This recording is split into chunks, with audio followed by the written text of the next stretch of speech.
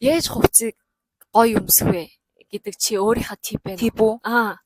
Би ийм юм яхад энийг заавал ингэж оруулах ч юм уу те.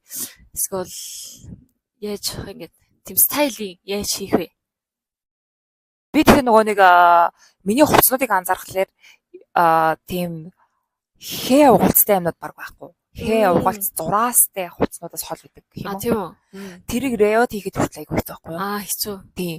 Тэгээд зүгээр дангаар нь өмсөн ч гэсэндээ хүнийг ингээд бүр хитрхийн нүдэнд ингээд тусгаж харагдуулдаг. Шууд миний ингээд хараад ирж байна гэсэн. Тэгэхээр ингээд юмтай зохицуулж өмсгөн жоохон хэцүү юм бүү гэж боддог учраас тиймэрхүү төрлийн юмнуудыг ерөөсөө авдаггүй. Тод өнгийн хувцс. Оймс бол тод өнгийнхаа авдаг. Оймс бол point таруу гэдэг. Оймс түүх гурыг бол тод өнгийн юм авч болно.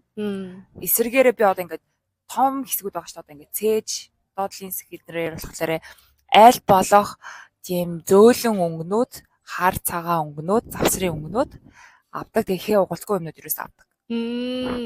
Яган юу гэдэг юм минимализм тал руугаа хувцлагыг хичээлдэг гэх юм уу? Ингээд хитрхи олон юм биш ингээд хэдэн юмар тийм жоохон ороод